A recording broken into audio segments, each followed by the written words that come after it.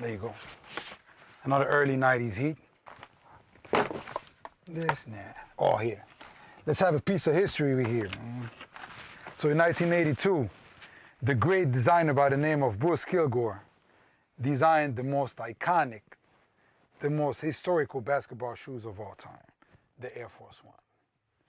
And this is the original right here.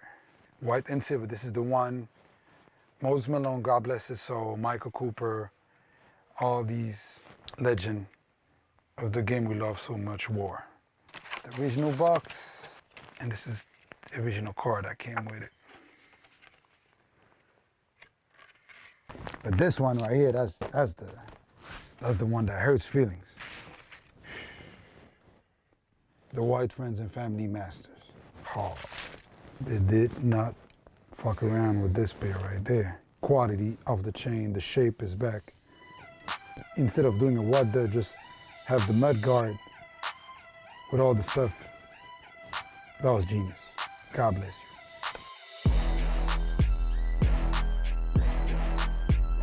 It's really good, y'all. That's your boy, Afrokix, Africa's finest sneakerhead. And y'all in my sneaker room.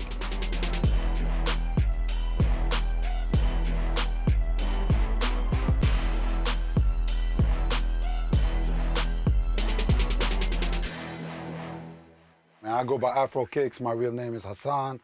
I live out here in South LA. I moved out here from Europe, but I'm originally from Africa. I'm half Senegalese, half Moroccan. And I've been collecting kicks for about 14 years, 2003, back when I met with Dre, Croatian style. Like, without even knowing, dude introduced me to the game, and it's been a rap ever since. That's it.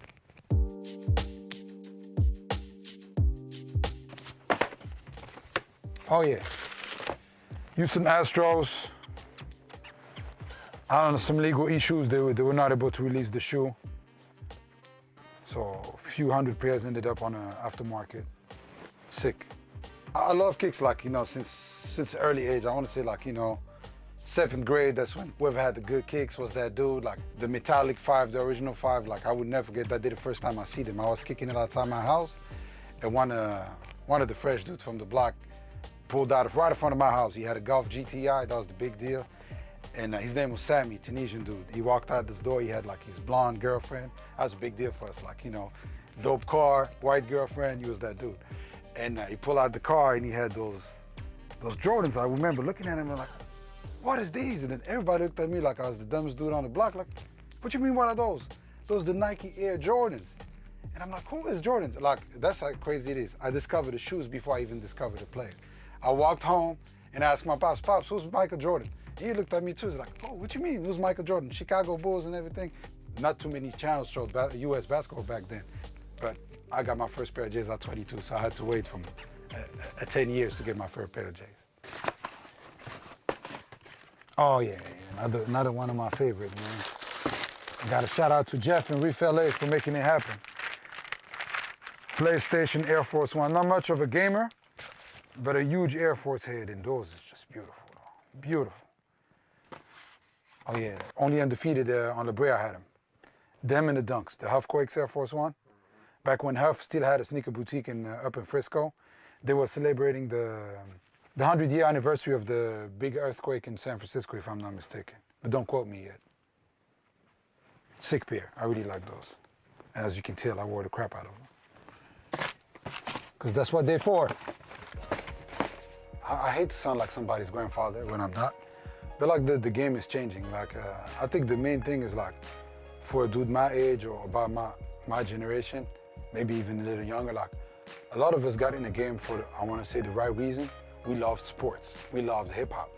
It was cultural. There was a real culture about it. Like I told you, I grew up in Europe. I woke up at 3 o'clock in the morning to see Michael Jordan play, to see Shaq play, to see Penny Hardaway play, to see Sean Kemp play, to see Ewing, Olajuwon, you name it. Like, this is a big deal, like hip hop. Like, I didn't barely speak English, bro. I was feeling it. You couldn't tell me nothing. Like, I didn't speak English, but I understood everything Tupac said. Like, I didn't have to speak English. I felt it somehow, somewhere. So, like, that's what made me fall, like, you know, the shoe game being fresh was an extension of that culture. But now, like, I think, like, the new generation is the greediness, is the fakeness. Like, let me stunt on the ground for a quick second and then I push it. the nonsense with the reselling, the shit I went through to get OG red Air Maxes for 30th anniversary was complete nonsense. I was in line for the blue ones. There was a good 200 people. A lot of people are like, people's like, hey man, how does Air Max fit? How does Air Max fit? Why are you in line? Come on, man, look at the leather, look at the details, look at the artwork on the lining. LA all day, every day. Oh, look, I forgot I had these. I swear I forgot I had these. I actually wore those. Just sick, sick. Look at this. Come on, Nike. In, I think it was like 11th grade, you know, whenever I did good at school and all the stuff, I could go to the store and pick a pair of shoes. And the habit back then is like go straight to the clearance rack. So, you know, I was always going for some Nikes or some dope Adidas or something like that. I would never forget that day. Like I walked in, it's like, it's in downtown Brussels. They like, that's the biggest Foot Locker. I walked in, went straight to the clearance section, and they were right there. The Air Force One mids, all white with the red metallics jewel swoosh. I was like, oh yeah, these are the one. And then ever since, like, you know, Air Force One's been my favorite shoe. Just the urban phenomenon. Like it's a hip hop icon, it's a basketball icon. As you name it, like I would never forget, like I got these old pictures of Rakim rocking Air Force Ones, Nas, Jay-Z. Hip hop made me like Air Force Ones, like, cause the way they were rocking it, like, it meant something. Like when I stepped out the house with my first pair, I felt like $1 million. You couldn't tell me jack. Late 90s, brand new, jewel, navy with the red swoosh.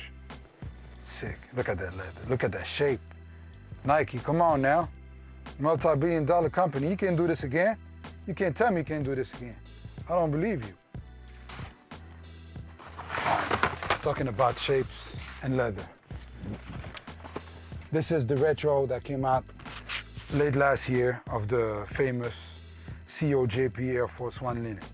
So let's take a good look at the shape of this shoe. Great quality, got nothing bad to say about the quality. The leather's dope, the satin on the inside. I'm satisfied with the quality. Let's pull out. Look at this DSP. God, gorgeous, gorgeous. God, look at this. Look at the shape. This is not the same shape. This is a brick. This is a swish. It's not the same shape. One of my favorite shoes right there. I mean, still cool, but you could have done a lot better. AKA this. I want to say by roughly 1,000, give or take a few pairs. But just Air Force Ones, we over 500. Just Air Force Ones. And then Jordans, I got easy 250 pairs. Like there's more than you saw. There's rooms and there's kicks in the living room, kicks in the hallway. I think the number one reason why the collecting kicks turned into an obsession is like, it's revenge on the past. Like when you're a kid, from 7th grade on up, like the most popular kid on the block is the one who's fresh. So of course, I wanted to be, I was not different from the next kid. I wanted to be fresh, I wanted to be that kid, I wanted to be like, you know, stepping out the house, but oh, son, you murdered it to them. Like, yes, I did.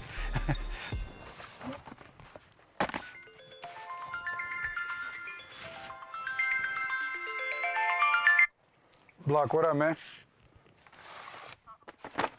Oh, I had that done years ago. It's just my first time wearing it. Block, let me call you back. I'm about to go to hit the mosque for prayer, so I'm gonna hit you back later. All right, man, peace. Is without a doubt not only the best Air Force Ones, not only the best Nike, not only the best sneaker, but the best shoe ever made. The Cashmere Laser Pack Air Force One. I mean, I ain't even gonna say nothing. I'm gonna let them talk for themselves. Nike are fucking geniuses. Air Max has a holiday. Like, I mean, we only in the beginning of it.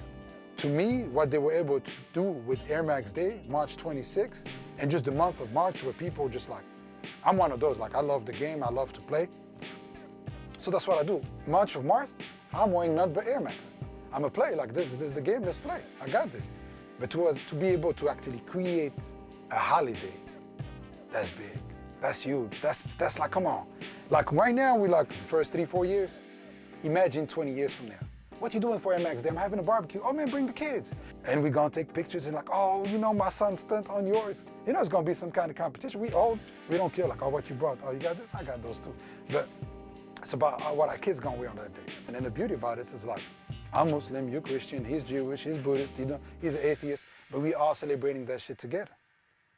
And that's right there is genius.